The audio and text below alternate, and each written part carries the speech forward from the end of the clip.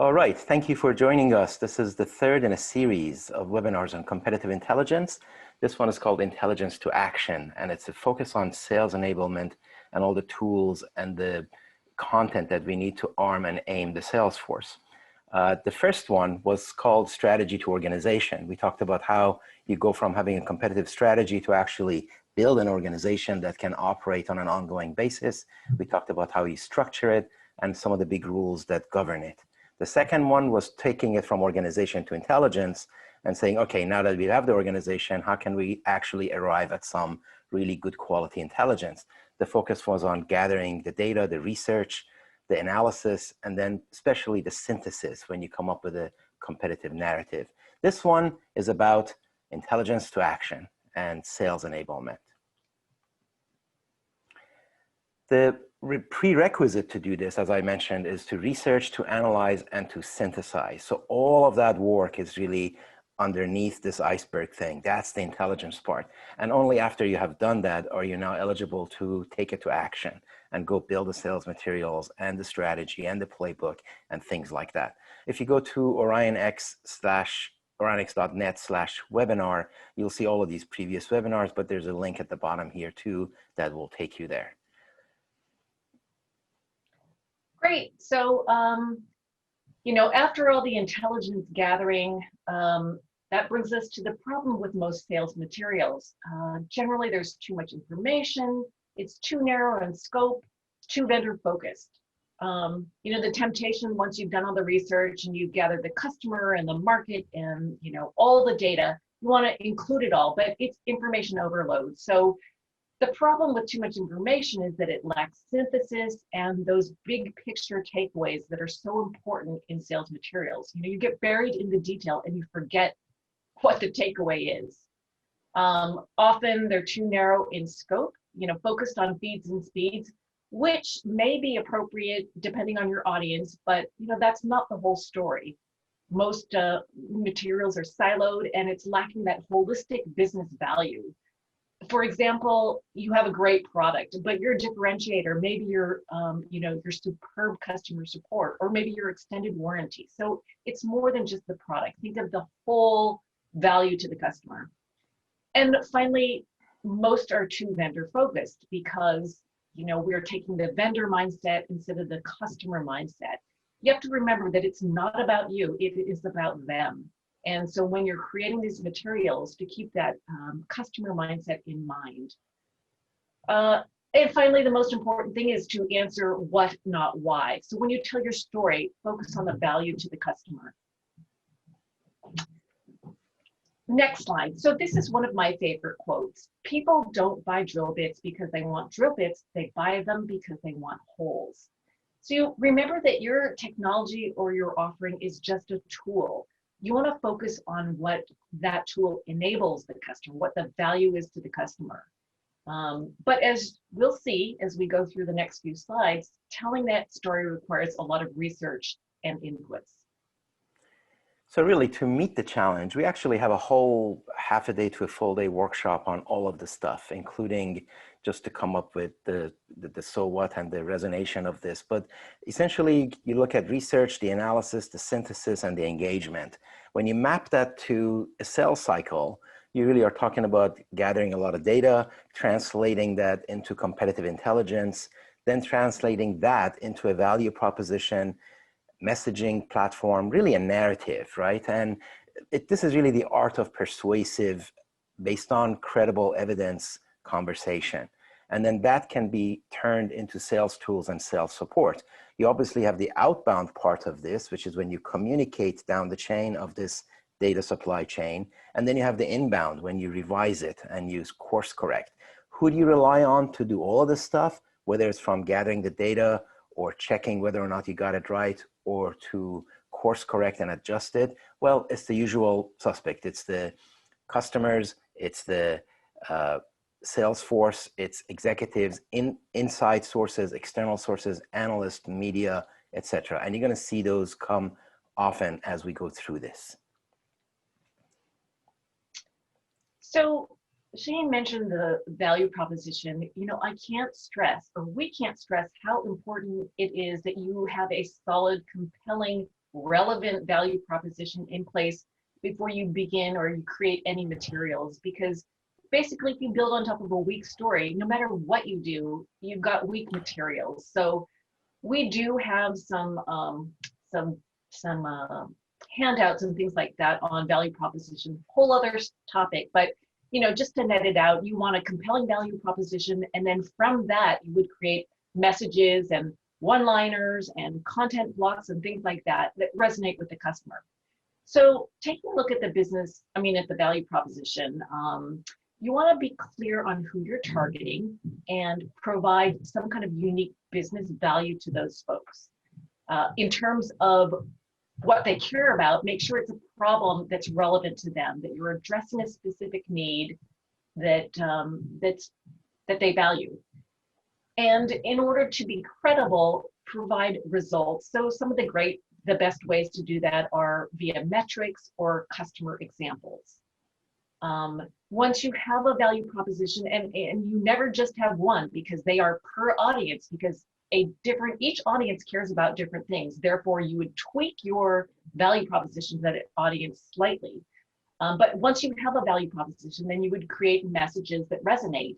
And our big thing is that, they need to have evidence or proof behind them. You can't just make a statement or an assertion. You need evidence. Make sure it's customer focused, keep that customer in mind, and differentiated in a way that matters. One other thing about messages, I just want to caution that messages shouldn't be statements that fall flat. Messages should be assertions. So you are actually making a claim. That's more about persuasive versus descriptive language, which we'll mention a little bit later. Exactly. And then putting this all into a narrative really helps, because now you're going to have a 1 minute or 2 minute elevator speech that includes all of these values into a story. So for example, say, well, digitization is happening, therefore this is happening, therefore that's really the question, therefore that's one way to solve it. And that way you kind of link all the elements together, and that can become a storyline that you can vary as you build the content. Yeah, so we've just put a few tips here in terms of rules for creating effective competitive intelligence content. It's that customer mindset that's so important. Any intelligence that you include in these documents must be actionable. Think advice versus diagnosis when you think about actionable. Evidence-based assertions, which we just mentioned, any kind of proof. It could be, analyst quotes, it could be customer stories, it could be metrics, many things that you can use as proof. A big thing for the tech industry is avoiding jargon and hype, because people basically have learned to tune this out. It becomes white noise. If there's another leading edge, innovative, game-changing solution, stop.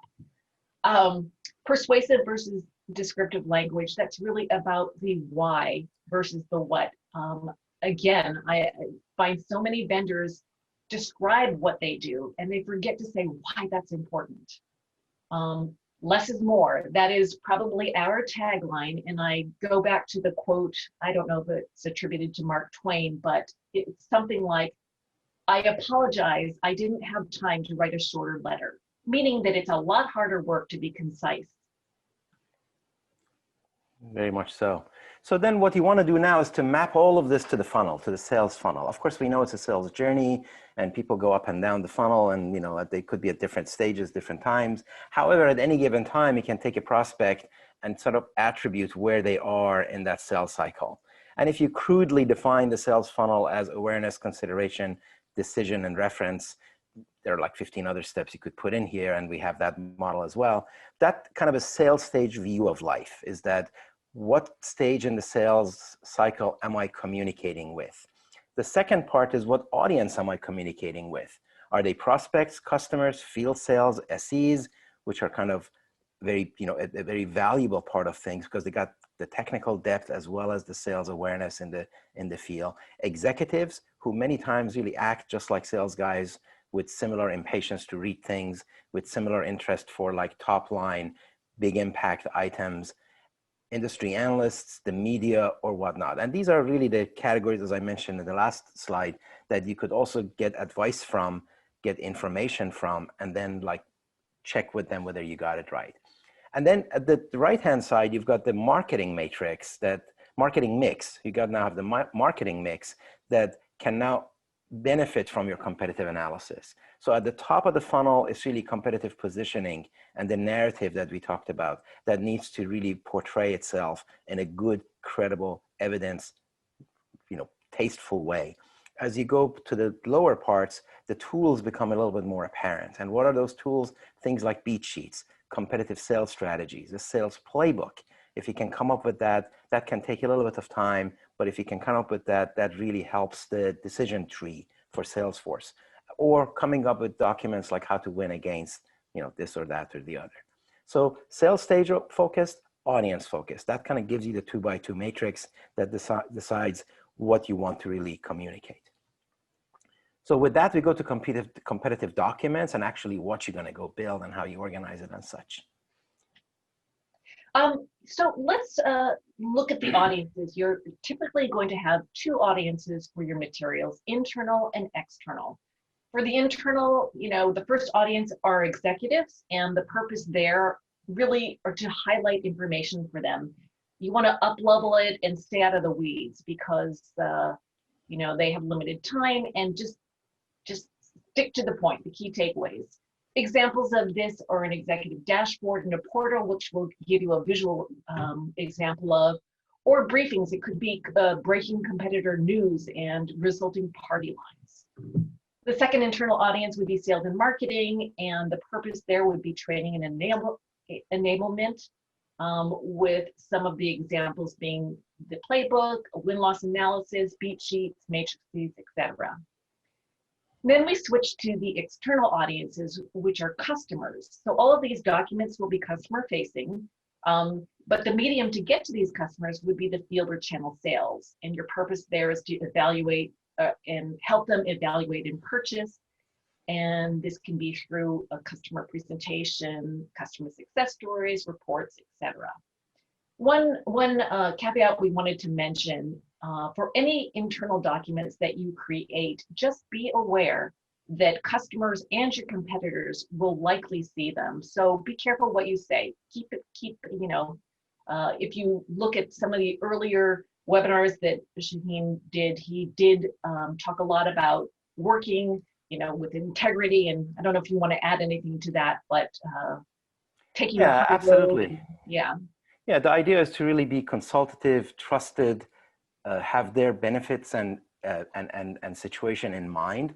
And if you really are thinking and acting on behalf of the customer, then you can relax about what you say, because whatever you say is to their benefit anyway. But if you are going to make statements that are a little bit on the edge, then you have to be careful that everything you put out to the field will make it to competition. And if you don't want them to know it, the best way is to just not say it, or to put it under an NDA that even then sometimes it gets to them. But in general, you can avoid it by just having a different approach to it altogether. Mm-hmm. So great, let's take a look at a couple of sales resources that we've used in the past. So the first ones here are for an internal audience. You've got the sales playbook, which is a bit more in-depth. It will basically talk about what to do in different situations, and it can include everything from qualification criteria to competitive positioning to marketing campaigns, messages, all of that. Sales training presentation, really great when you have a sales kickoff meeting that can include competition and ways to combat. Again, remember, our mantra is make it actionable. You're not just educating, you're giving information that will enable them to do something or offer something or tell them something. These presentations are great also in video or podcast form. And then we have an example of a Hooli battle card. These are typically, as opposed to a competitive matrix, it's more for sales folks going on the offense, meaning that you're not just being defensive and saying, oh, we've got these features too. It includes competitive positioning. It includes, how we win. It will also include, things for the salesperson, weaknesses or potential landmines and how you combat that. So these are much more holistic versus just this feature specific look. These are examples that I just found off the web. We have different formats that we've used with our clients and tested, throughout. So we know what works, but I thought that these are great visuals to give you an idea. Yeah, this is really a why you should select us kind of a thing. The next one are the resources that are really more customer facing. So we talked about the competitive matrix a little bit. It's head-to-head feature comparison, but as Jeannie mentioned, it's got to be features that the customers care about. So just because you're differentiated in one area, you don't need to put that on the chart if that's really a lesser consideration for customers. Competitive customer wins are very powerful evidence, and there's a slide to the right of that. They're very powerful evidence because they're peer references, and those are who customers trust, are their peers. So those kind of recommendations are very strong. And they'll include what's in a typical success story, but you will have a section on the competition and why your offering was chosen over the competition. And then finally, infographics as another example. I really love these because they're visual and they highlight, the key points at a glance. So final thing on resources, this is not a comprehensive list, but these are some of the ones that we most frequently create for our clients. But remember, the sales force is your audience. So you want to keep it simple. They're not going to read a lot. Keep it simple, and synthesis is key. Absolutely. I want to make a comment about comparing what customers care about is to also not exclude things that your customers actually do care about. Like an example is that if you're comparing cars and, one of them has like this kind of an engine and the other has this kind of tire, and then you could say, well, but ours also comes in 2 different colors. Now, you might say that, well, that's color. That has nothing to do with the car. But in fact, customers do care about the color of the car, that you want to mention that and say, hey, we got 3 more color shades than the other guy does. So that goes both ways. You don't want to oversteer on excluding things, but you also don't want to include frivolous things and kind of downgrade like a massive thing. Okay, so now we go to organization and access. You've got all this content, you've got the intelligence, you've created them. How are you going to really organize them? We recommend, if you have the wherewithal and it's harder for startups. I said that in our first webinar, that as you go from a startup to a really large company, you can afford to add more and make the whole thing richer. So you do have to shrink it to fit to your realities. But if you can, having a CI portal, a competitive intelligence portal, is a good thing. If you don't, that's fine too. We can manage it in many other ways. It is good to appoint an owner to every piece of content. Think of every piece of content as a product, and that product has a product owner, a product manager in a virtual way. You want to organize it in a really big way. You want to have consistent naming, title, whether it's internal or external, what is the date. Even the file names should have a consistent naming. You want to categorize and tag it appropriately, because many times these things are going to get searched in a directory or in some other format, and it's going to go based on your meta tagging and how you organize it, your metadata.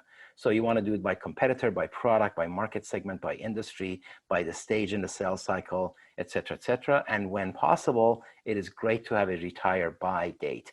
If you are creating a lot of material, that really helps with weeding out and filtering it and kind of do some house cleaning every 6 months or so. That kind of puts it on the side and then allows you to come back. Cindy, you were going to say?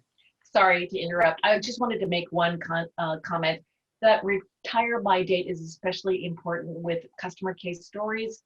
You just need to put a reminder in to check it every so often, because things change often on that front. Well, that's really an excellent point, that there's some content like customer success stories that are very dynamic. A customer may be referenceable today, tomorrow they may not be referenceable if something flared up at their site. And even if they are fundamentally referenceable, not today, right? So there are pieces of content that you have to check in real time before you actually use. And that can be part of the instructions of how these pieces are used. And then finally, for access, not only do you want to have a one-stop shop for sales and marketing, and a portal can achieve that, or a central repository can achieve that, you also want to have the concept of a push and pull. There needs to be a place for them to go to get at everything. But if something really new comes up, you want to be able to reach everybody in some sort of an alert. For the push part, usually an email or a Slack channel or whatnot can be a way of letting people know of something really interesting in the competitive world. And for the pull part, really a portal or a central repository will do. Now, a sample competitive intelligence portal is something like this. And the critical part here is that every window ideally would map into one of your competitive intelligence processes.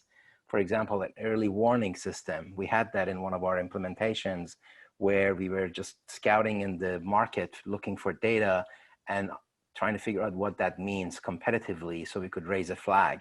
This was very useful for our executives because then they could be prepared and they could take action. You could have a win-loss analysis that would provide what the situation is now and how it has historically been. These are relatively costly things to do, so really startups aren't going to do them, but bigger companies should seriously consider doing them. Sales beat sheets, that's more of a repository and kind of matching it to all sorts of segmentations of the market. So that graph is kind of intentionally complicated. Competitors' earnings snapshot. If you're big enough, or if you have a particularly strong competitor, and they're a public company, you want to keep track of how well they're doing. And their public earnings reports is a treasure trove of data that you can pour through and see exactly how the state of the business is. Head-to-head comparison, competitive pricing, etc. So in summary, you want to focus on quality. Quality of competitive materials makes a giant difference. It's much better to have 2 high quality pieces than a lot of pieces that aren't just hitting the mark. The key for credibility is evidence. The more evidence you have, the more credible you are. You want to answer the so what question. As Cindy mentioned in the what's wrong with current material that customers see a lot, is that they do cover the what, but not the why. Sometimes they just cover the why and not the what. So you want to do both of them. You want to do the so what. You want to be consultative and trusted, and you want to remember the customer point of view always. It is them who you are serving. And the more you look like you're doing that, the more you actually are doing that, the more trusted you are, and the more they want to actually work with you. And then you want to right level the conversation. Know your audience. If your audience actually is in the weeds and wants the speeds and feeds, well, then that's what you have to have. If you're talking to higher level people who just aren't going to even understand what you're talking about, you need to up level it and allow the language to match the audience. And with that, we connect. Go ahead, please. Just on your point about being consultative and trusted, take the high road. I mean, look at sort of the political landscape today. You want to stay away from attacks and bad behavior because that just breeds mistrust, sorry. So really make it tasteful, take the high road, and that equals credibility. Yeah, and this is especially important for a long-term kind of relationship with the customer. If you're being transactional, then, and that's really why you see negative ads and stuff working, is because they have a very transactional view of life.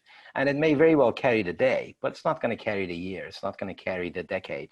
And depends on really the kind of relationship you want to have with your customers. By and large, the longer term the relationship, the higher the total value of the customer is to you. And the more amortized you make the cost of acquisition of a customer. So with that, time for questions. The pictures you see is the OrionX team. Some of the things that we do is competitive intelligence programs and structuring and resources like we talked about. Our industry analyst side is simplifying the technology, the Uber trends in the market, the mega trends in the market like 5G, IoT, AI, cryptocurrencies, quantum computing. And I encourage you to go on our website and look at our human marketing initiative, which is really a focus on how we want to communicate and build a community and interact that really exposes our human nature, which we believe is critical going forward. And go to orionx.net and you'll see a lot more. With that, if there are any questions, we'd love to take them. And I thank you for your time and attention. Shaheen, I see a couple of questions here. So the first one is, we have limited resources. What competitive documents are most valuable to the field? Right. Yeah, sure. I'll take it and you can chime in if you'd like. I think there's a lot you can do inside your organization. And I think it is important to really leverage all the strengths that you have inside even a small community, even a small company. You've got people who are interacting and know a lot, and if you can harness that, that can really help you get a lot done. My recommendation is really focus on what am I dealing with and how do I go about it. So that really gets reduced to the competitive matrix. What am I up against? What are they good at? How are they selling? How do I stack up against my competition? I think the more the sales force has a realistic view of what it is they're competing with, the better they can navigate and do the right thing on their own behalf. The last thing you want to do is to mislead your own sales force. The last thing you want to do is to tell them something is good when it isn't. Something it works all the time when it works most of the time. You want to really let them have the entire information. And then how do I deal with it? And that's really the decision tree and a playbook, even if it is an email. Great. Just a reminder, if you have a question, enter it into the Q&A. But I do see one other question here, and it says, what sort of budget do I need? Okay, I'll take that too, unless you want to. Please do. Well, we have done a lot of these. So we can advise you one-on-one in an informal way if you really are trying to figure out what sort of dollars to allocate. You don't have to spend it on us if you want to call us and ask, but we'd be happy to consult with you on that front. As I said, there really is a lot that you can do, and there's a lot that you can shrink to fit. So don't shirk from this because you don't think you have the budget. And obviously, this is the kind of thing that you can allocate a lot of money to and go build a really big function like some of the big companies, but you don't have to. You can really get started with very, very little. So I know I'm not giving you a number, but that's because the scope of this thing is so wide that it's really hard to. You could literally do it with a couple of $1,000s or a couple of $1 million and everything in between. The real question is, what is the best use for those little dollars, and whether you don't even have to spend any money at all because you can do it internally. That's it for the questions. And thank you so much for your time. And please feel free to get in touch with any of us here on the screen. All right, so you can go to info@orinex.net or firstname.lastname. And thanks for making your time. I appreciate it. Great. Bye.